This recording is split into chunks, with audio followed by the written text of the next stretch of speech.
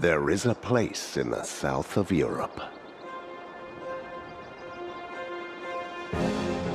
A wild and remote land.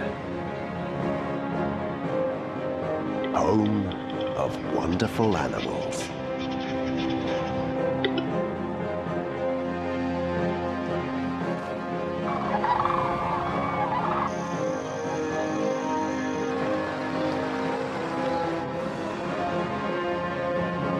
The Iberian Peninsula.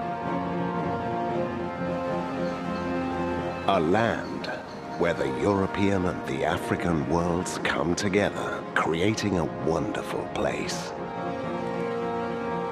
Living here, one needs to be brave.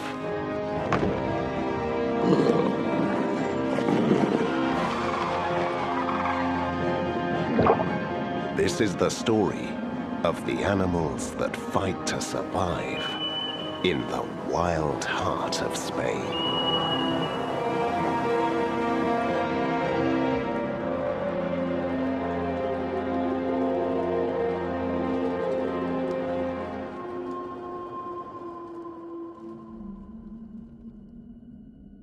Lying to the north of Africa and southwest of Europe, and bathed by the Atlantic Ocean and the Mediterranean Sea, the Iberian Peninsula is the junction between both continents. And it's precisely this location that makes it such a remarkable place.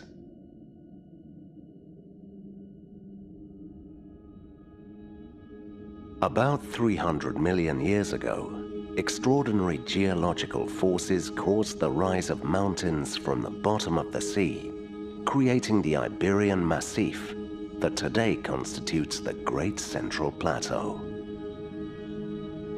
5 large mountain ranges flank and cross the Iberian Plateau, forming the wild heart of Spain.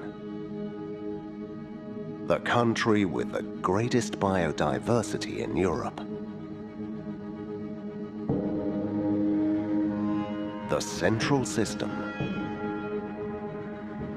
A mountain range 700 kilometers long that crosses the peninsula from east to west, dividing it into 2 large sub-plateaus. A world of rock.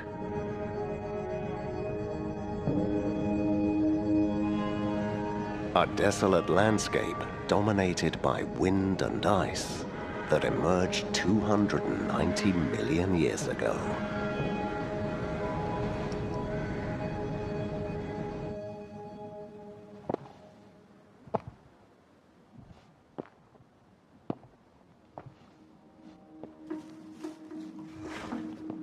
At over 2,000 meters, this Iberian ibex thrives in a harsh and hostile environment.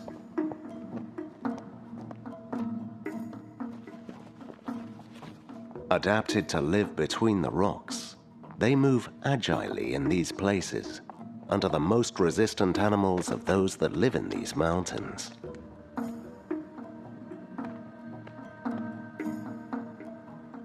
It is November, and with the sprouting of autumn pastures, the Iberian ibex breeding season begins.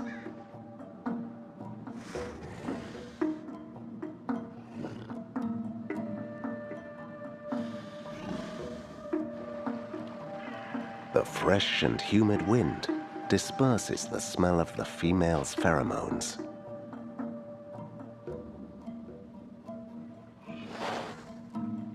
And the males continuously sniff the wind, looking for a mate.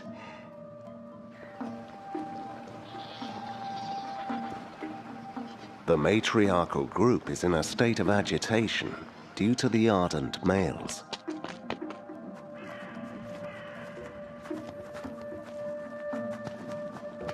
They prudently check with their tongue the female's heat status, but they do not try to force them to consent.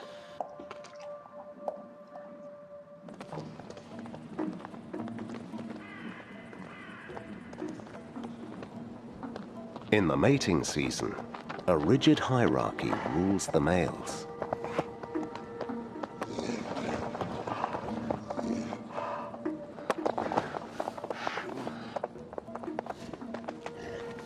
The most powerful ones try to prevent the young and weakest males from gaining access to the females.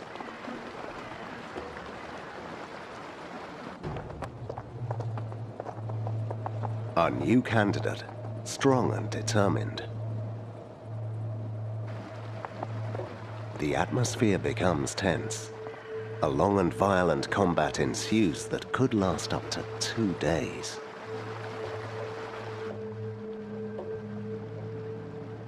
The old dominant male knows that it is a duel to the death.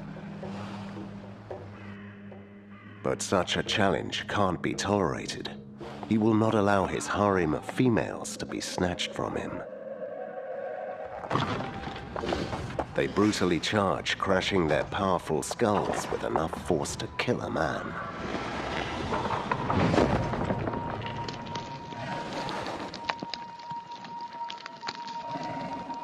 An intelligent and seasoned male knows that gaining height will give him an advantage in battle.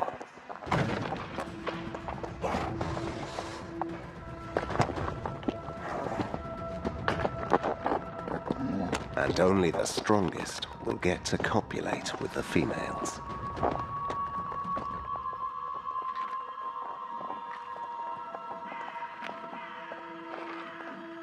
A strong blow from the dominant male decides the fight.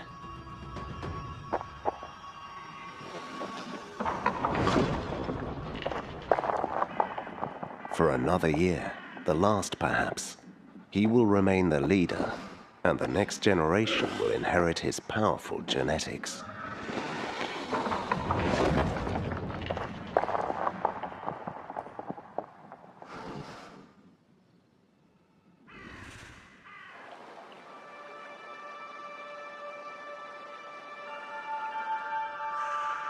By mid-February, a thick blanket of snow covers the Pyrenees.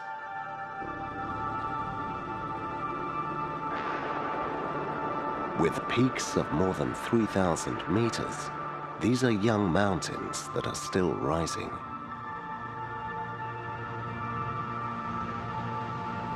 A rocky bastion that separates the characteristic life forms of the Iberian Peninsula from those of the European continent.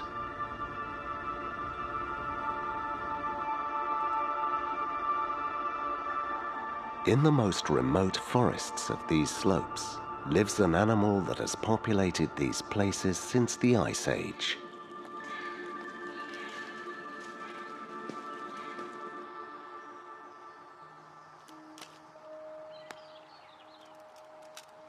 The 𝗥𝗲𝗃 are exposed to the rigors of winter in the Pyrenean forests.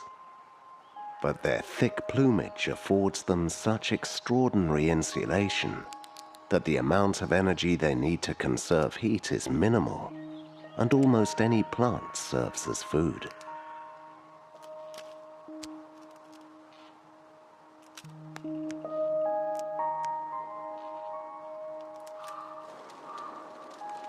Soon the winter will end, and the females will head to the lakes.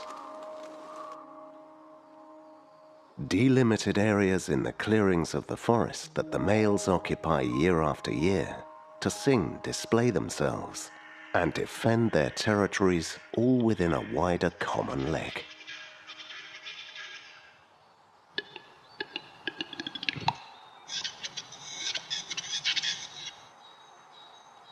It's an ancient song, liquid and complex.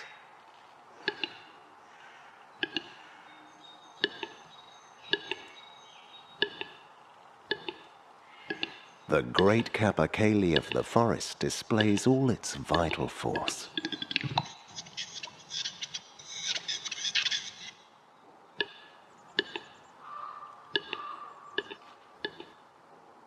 In the leks, if necessary, they will fight for the females.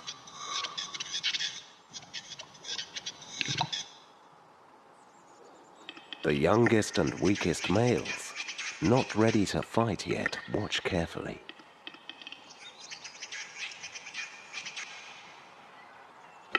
This 𝗥𝗲𝗃 is in the prime of life, and challenges any contestant intent on invading its small spot in the lek. But for now, no rival is at his level.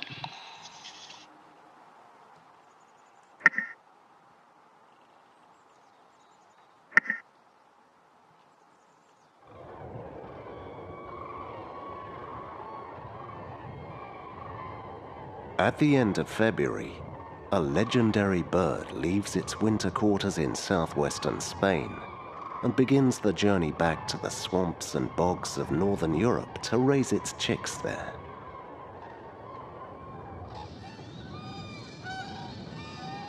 During their long migration of more than 4,000 kilometers, European cranes can fly at heights of 9,000 meters, crossing mountain systems with peaks over 3,500 meters, traveling through Europe in a fascinating journey.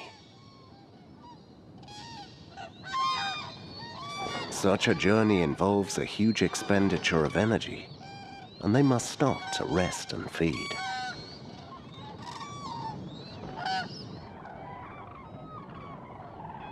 Seven kilometers long and 2 kilometers wide, 𝗥𝗲𝗹𝗁𝗀 is the largest salt lagoon in Europe, and its strategic location in the northwest of the peninsula makes it the perfect place for them to recover their strength. Year after year, more than 60,000 cranes gather here.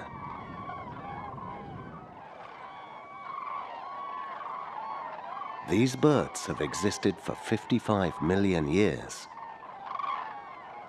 and the spectacle of their migration has been admired and venerated by many cultures since ancient times.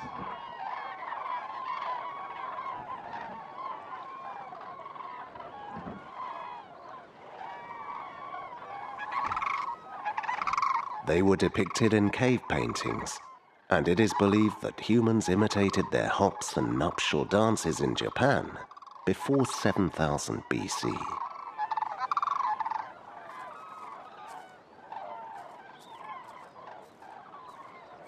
During this stop, they feed as much as they can to accumulate the necessary energy before crossing the Pyrenees to continue their journey to the Nordic lands.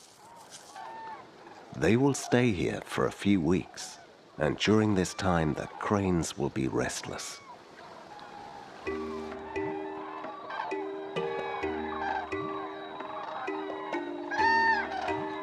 A kind of pre-migratory excitement alters the spirits and the temperament.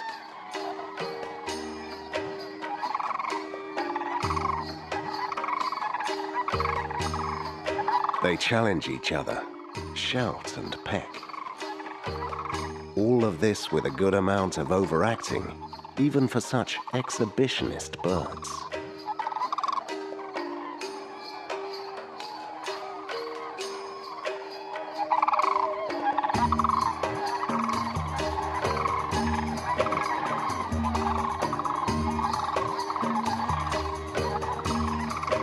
And also some jumps and rudiments of bridal dances that they will perform when they reach their destination after crossing all of Europe.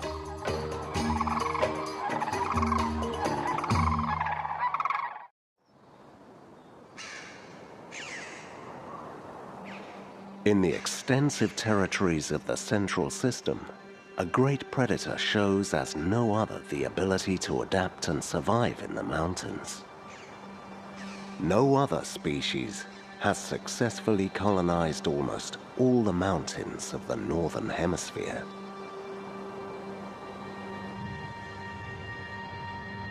The golden eagle.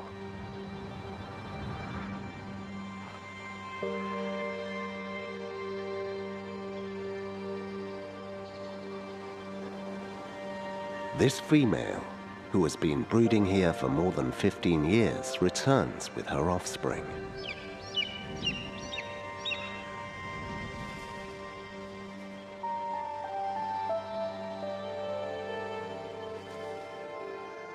In the early part of April, this eagle's couple breeds their single chick in a huge nest of more than 2 meters in diameter on a rocky outcrop, at 1,800 meters altitude.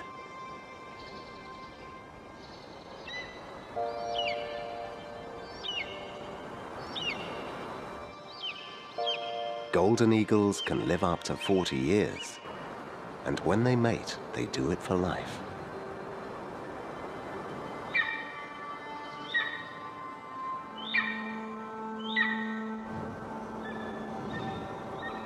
The male signals the female that she can go hunting. He will protect the chick against any enemy that approaches the nest.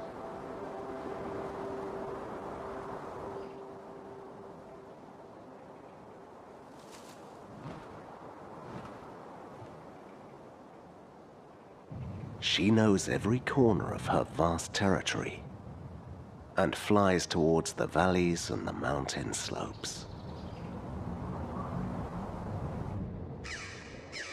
She knows where it is easiest to locate with her powerful eyesight her favorite prey at this time of year: rabbits.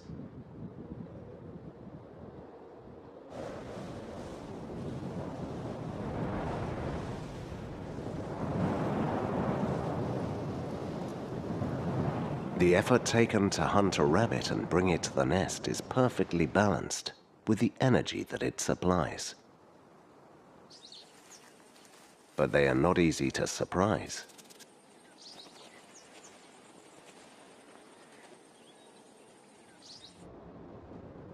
The eagle flies high into the sky. It knows that the higher it goes, the less chance is to be seen.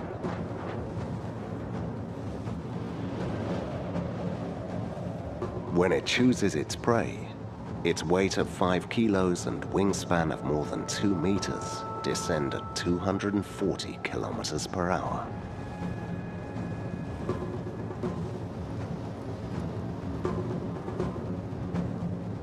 Its coordination of movements is perfect, and its wind control amazing.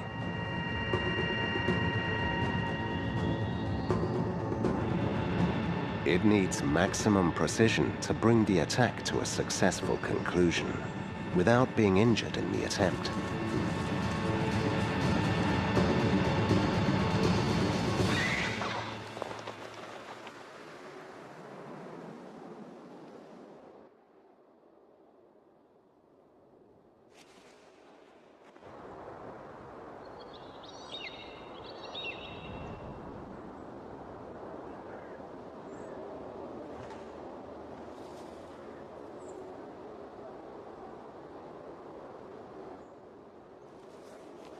The chick will be fed daily for 3 months in the nest, and will stay with its parents learning hunting techniques for at least 6 months before becoming independent and conquering new territories.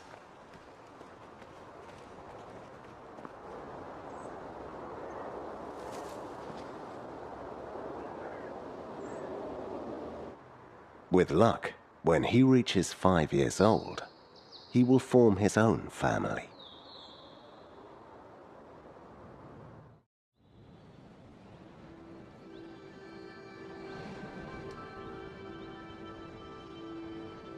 The north of the peninsula is formed by large mountain ranges, and old forests grow up on its slopes. Here we find some of the best preserved forests in southern Europe.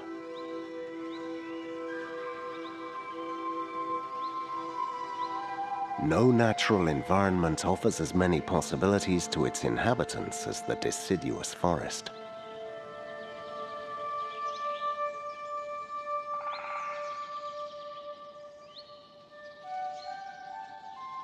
In May, trees like oak, ash, beech, and chestnut barely let the sunlight pass.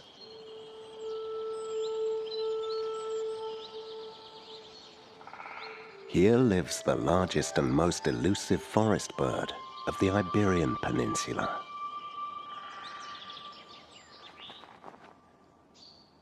The black stork. This female hides her treasure in the crown of a 100-year-old oak. 4 young storks, already quite a size.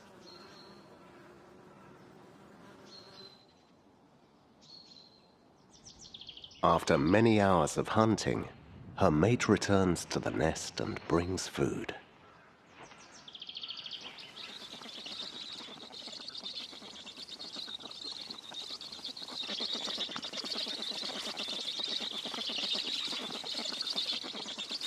Fish, frogs, tritons, and water rats. Everything it could hunt in the lagoons and meadows of the lowlands.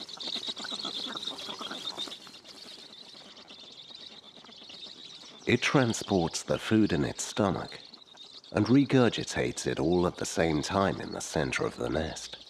This way the strongest chicks cannot impose themselves on the weakest, and all are fed equally.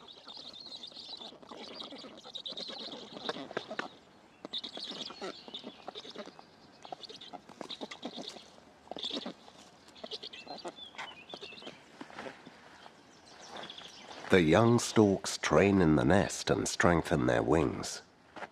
They still do not know how to fly, but in a few months, they will have to face a long trip to Africa, where they will spend the winter.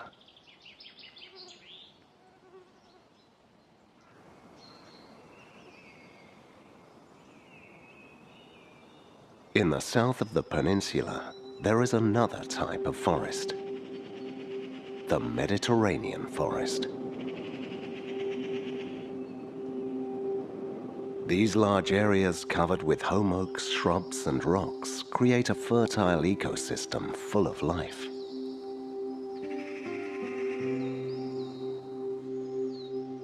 Here lives one of the scarcest felines in the world.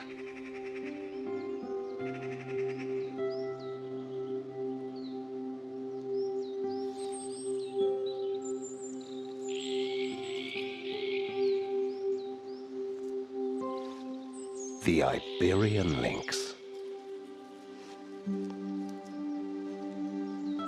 The lynx is a perfect synthesis of the attributes that a medium-sized predator needs to thrive in the Mediterranean forest.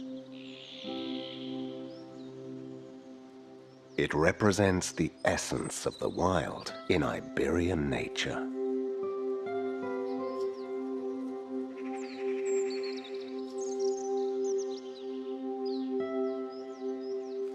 These cats are designed to hunt rabbits alone.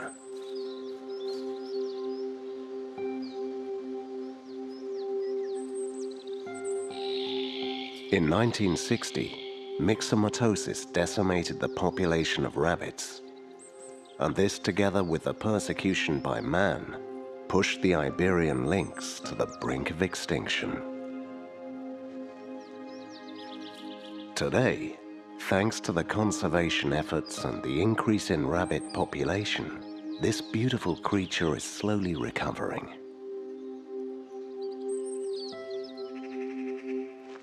It is May, and this female is heading to a remote valley.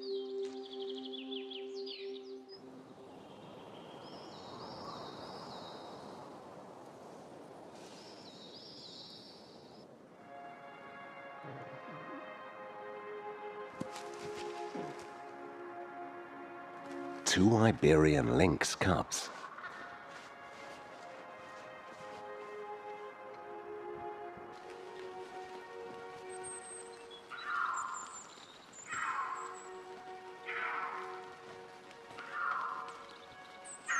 The female meows to announce her arrival to her young, only 1 month old, who impatiently await her.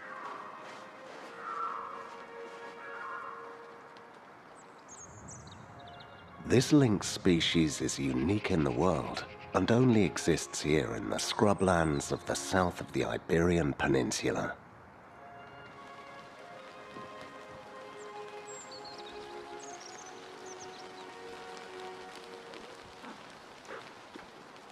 She will breastfeed and comfort them, but not for long.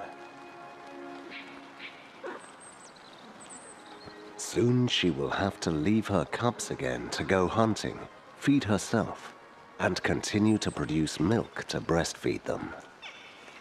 Because in a few hours, the night will come with its dangers,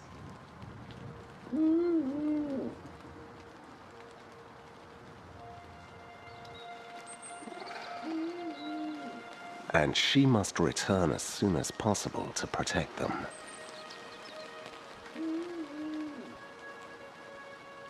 These pups will remain within their mother's territory for at least 18 months until they are dispersed in search of new places to settle and lead a life of a lone hunter.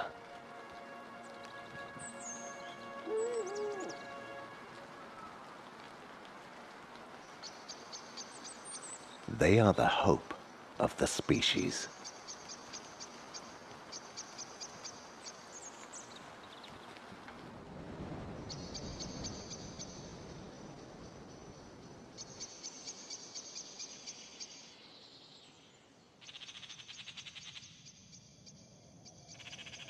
The night falls in the Iberian forests.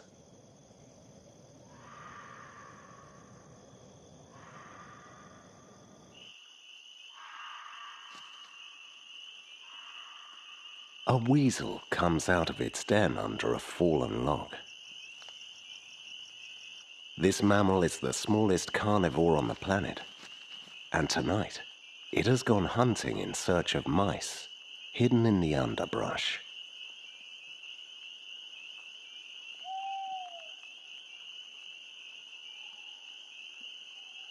Its small size, 15 centimeters long and weighing 60 grams, makes it an easy prey. So it has to be careful, as other nocturnal hunters have also gone out in search of food.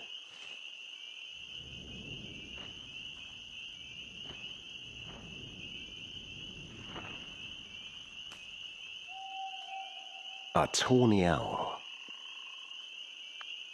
This medium-sized owl is a lethal hunter, able to see clearly even in the pitch black. And its ear captures the faintest sounds made by its prey as it moves through the leaf litter.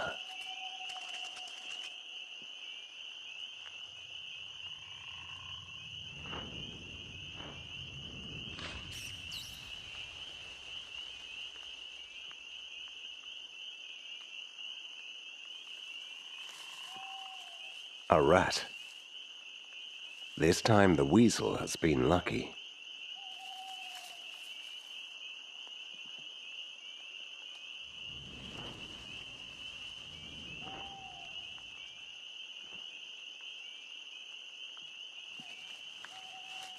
Only when the danger has passed, she can continue her tireless search for the mice that abound in the forest. But these are very fast and slip easily away.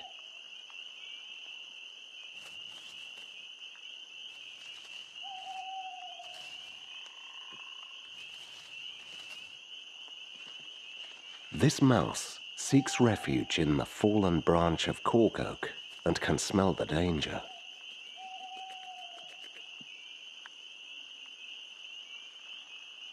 But the weasel is designed to enter the hollows and burrows that rodents use. And it is infallible.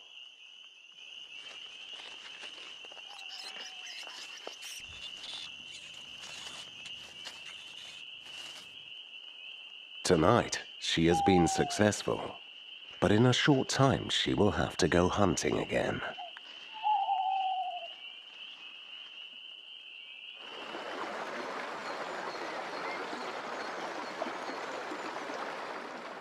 In the mountains of the wild heart of Spain, some of the largest rivers of the peninsula are born. Some of them are over 700 kilometers in length.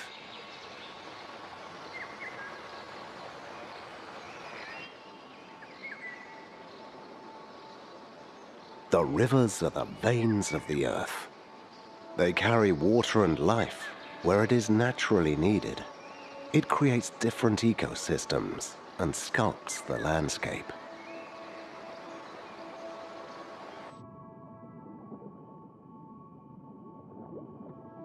In healthy rivers, there is an abundance of fish.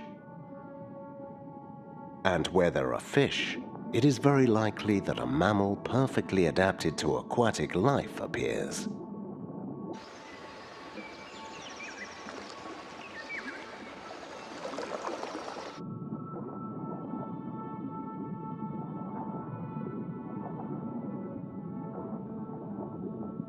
This young female otter has grown up in this part of the river and knows which are the best pools to catch trout.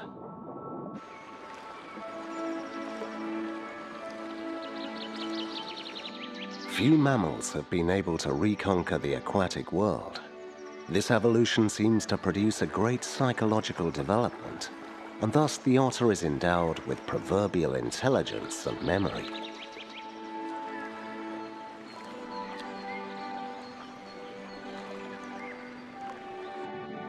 Their underwater vision is excellent, and they are equipped with ingenious eye mechanisms to adapt to the refraction of light in the water, and thus fish effectively.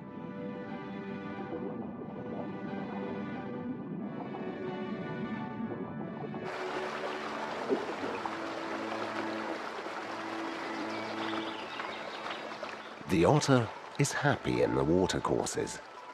She enjoys hunts, and very often she plays.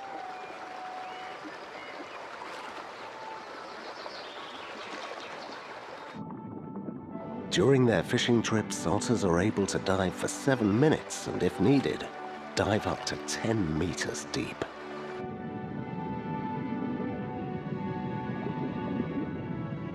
Its fusiform and compact body and its thick waterproof coat, due to a special fat that covers it, allows it to cope with currents and low temperatures, no matter how severe they may be.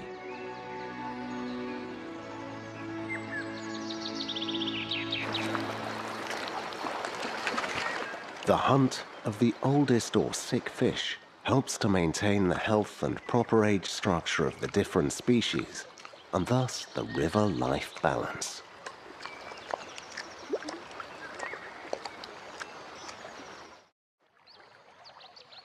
As the unevenness of the ground softens, the water slows down, and a large amount of sediment and salts are concentrated in the riverbed. Here there is hardly any current. There are many plants and phytoplankton,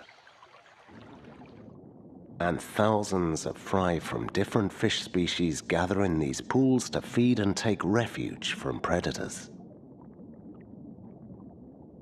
But the danger that lurks on them is not in the water, but just above the surface.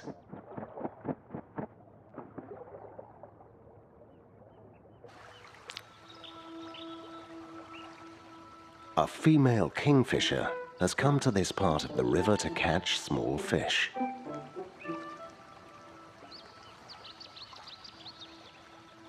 It throws itself from its watchtower, reaching 40 kilometers per hour speed. She is able to catch a fish with total precision over half a meter deep and return to her watchtower in just 2 seconds. Then she eats her prey head first, following the angle of the scales so as not to choke.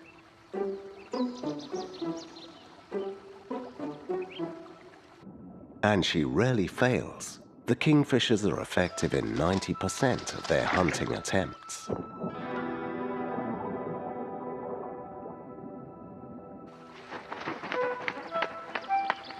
Although sometimes she can lose the fish when turning it to swallow.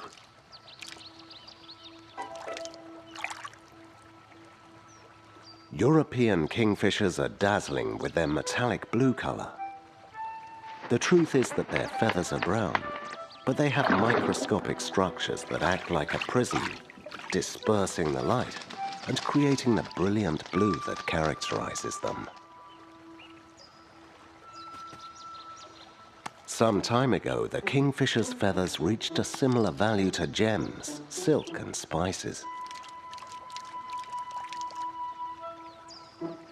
Today it is no longer hunted for its feathers, but the increasing contamination of the rivers kills the fish, and the kingfisher depends on them to survive.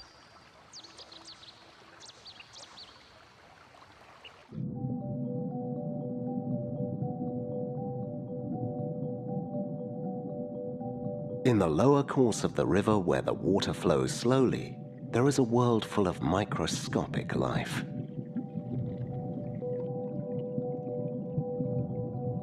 Here lives a creature that could keep inside the key to immortality.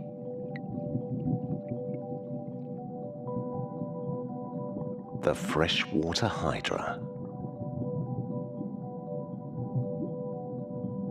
In 1736, the Swiss naturalist Abraham Tremblay found a small organism in a sample of water coming from a pond.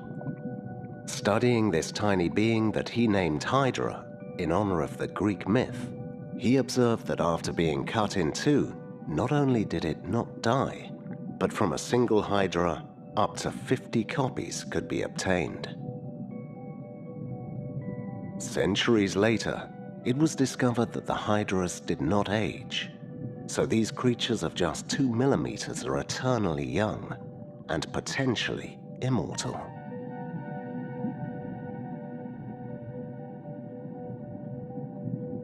Since then, science has tried to understand the origin of this mystery that defies the laws of biology.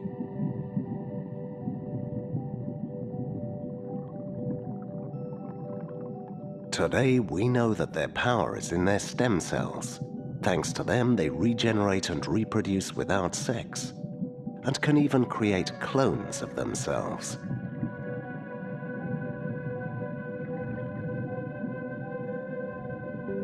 But how they do it is still a mystery.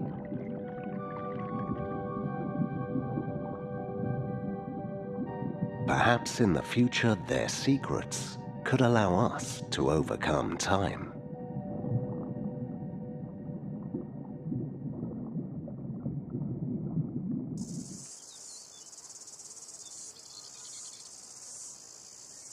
At the southern end of the Iberian Peninsula wild heart, a few kilometers from the coast, the Mediterranean climate mixes with the warm African one. It is July, and in this landscape of pines and bushes heated by the sun, insects thrive. Especially the grasshoppers.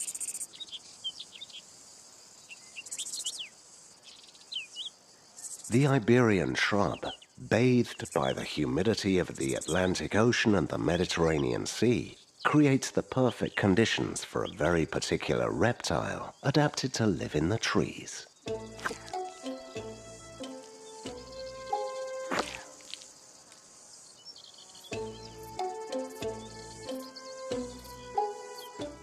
The common chameleon.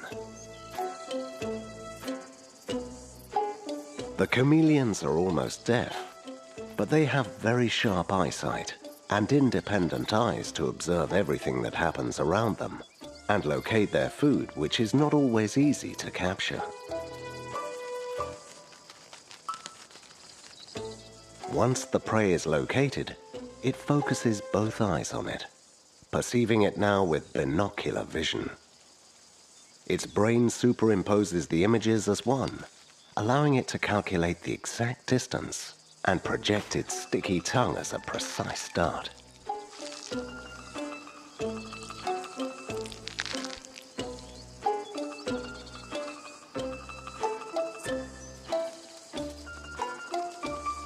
The first chameleon fossils in the peninsula are dated from the Bronze Age, so it is believed that it is a species introduced by humans.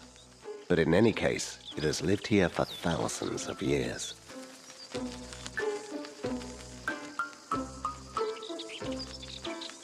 Its ability to change color helps it to camouflage itself among the foliage and stalk its prey without being seen.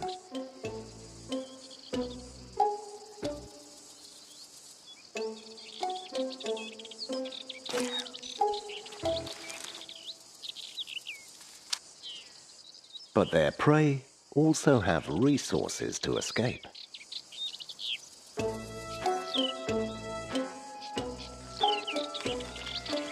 Throughout the summer, this chameleon will hunt thousands of insects in the bush. Although at this time of year he has a predilection for grasshoppers, that rich in fats and proteins will provide him with all the necessary reserves to face the fall. So its presence is very important for the health of these places.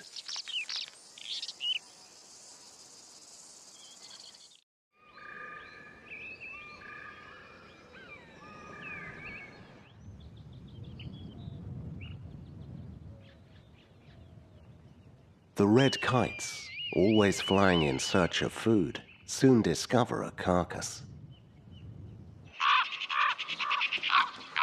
Kites, ravens, and magpies fly and jump around the dead animal.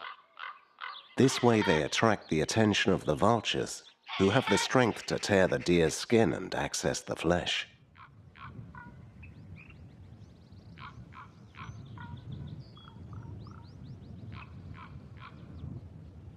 With their powerful sight, the vultures detect the crows from tens of kilometers away and set off. They can detect the infrasound produced by the hot air when ascending. They look for the thermal currents to gain height, sometimes up to 6,000 meters, and so descend to the deer, spending as little energy as possible.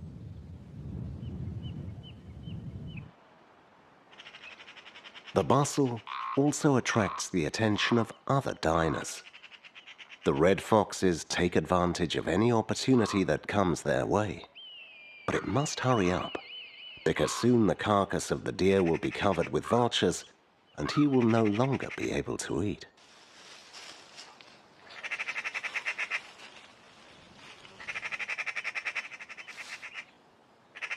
Foxes do not like to share the food.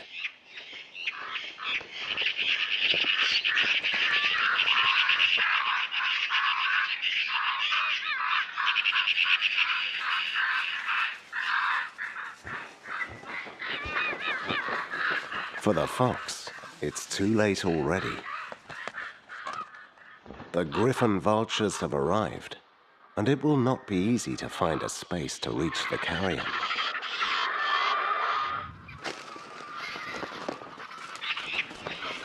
The fox tries to provoke a stampede to get the meat, but there are too many vultures, and his attempt is in vain.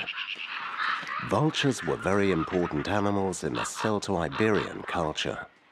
The corpses of the warriors killed in battle were offered to the scavengers to ensure the ascension of their souls to heaven with the gods.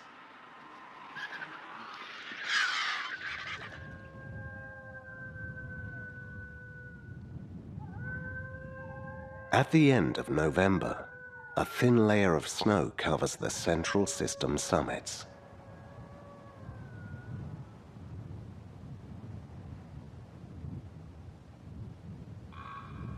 A couple of wolves go towards the mountain looking for food.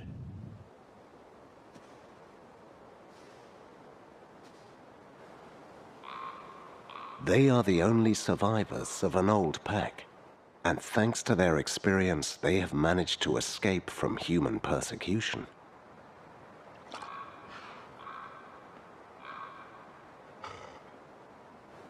Together, they crossed the valleys as their ancestors and the Paleolithic men did thousands of years ago.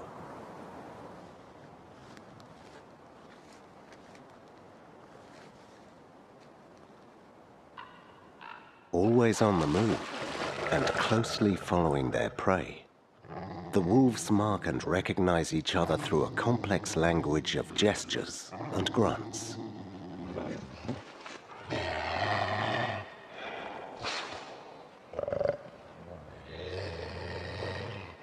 Wolves are very social, and their strength resides in the pack, but in Spain it is not common to see very large groups.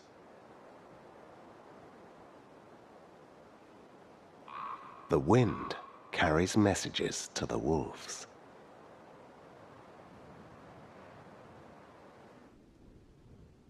When the first snow falls on the summits, the roe deer, which have been feeding during the summer and the autumn on the fresh mountain pastures, descend towards the valleys and forests in search of refuge.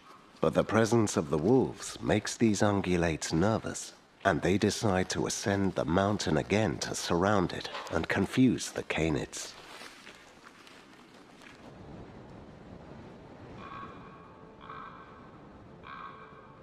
Perhaps in ancient times, somehow, our ancestors learned to hunt in cooperation with wolves, using their intelligence and their resilience.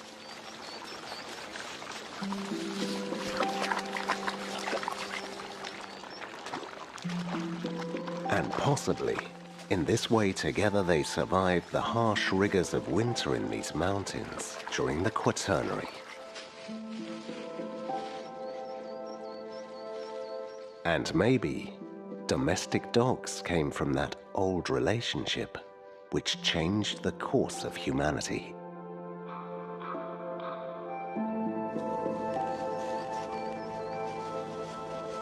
Wolves, however, are still persecuted, and their presence is accepted with difficulty by the people of the countryside.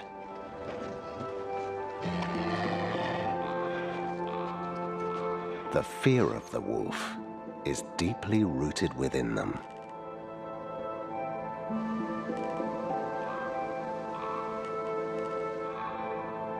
However, it is beginning to be shown that these predators are more important than previously thought. The reality is their presence is fundamental for the health of livestock and the interests of man. If the livestock was not so accessible, the wolves would have no choice but to play the role for which they were born, hunting wild ungulates old or sick, thus reducing the transmission of diseases and preventing the contamination of pastures and watercourses.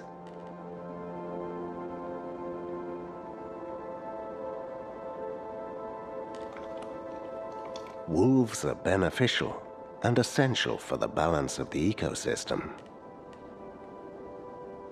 They were, and always will be, our allies. November is coming to its end, and soon all animals will have to face the great challenge again.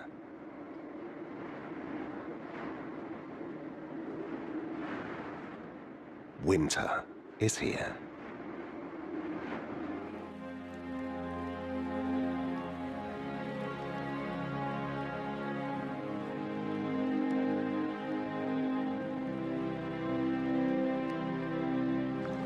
When the snow returns to the peninsula, it seems that nature goes back in time.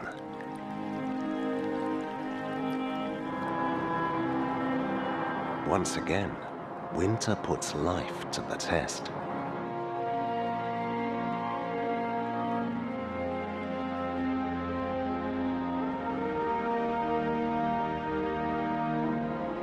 Wind and heat, humidity and cold.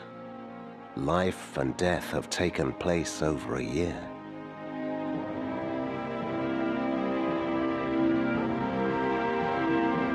It is the harmony of Iberian nature itself.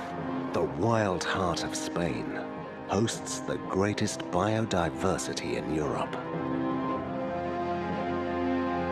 A privileged place where animals, forests, and mountains are still present like thousands of years ago.